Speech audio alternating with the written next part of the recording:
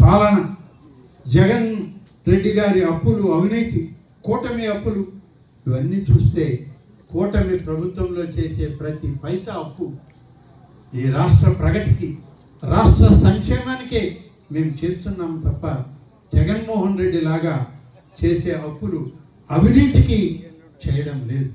ఈ ప్రభుత్వం చేసే అప్పులు అభివృద్ధి, సంక్షేమ దిశగా నడిపిస్తున్నామని చెప్పి మీకు తెలియజేస్తున్నాం. రోడ్లు, నీళ్లు, వైద్యం, విద్య, పరిశ్రమలు ఇవన్నీ అప్పులతోనే నిర్మించాలి. కానీ అప్పు ఎందుకోసం తెచ్చాం, ఎవరి కోసం తెచ్చాం అన్నదే ప్రశ్న. ఇవన్నీ సరిగా అర్థం కానటువంటి గత పాలనలో ఉన్నటువంటి బొత్స సత్యనారాయణ గారు. దురదృష్టం, మేమందరం కలిసి పనిచేసాం గతంలో.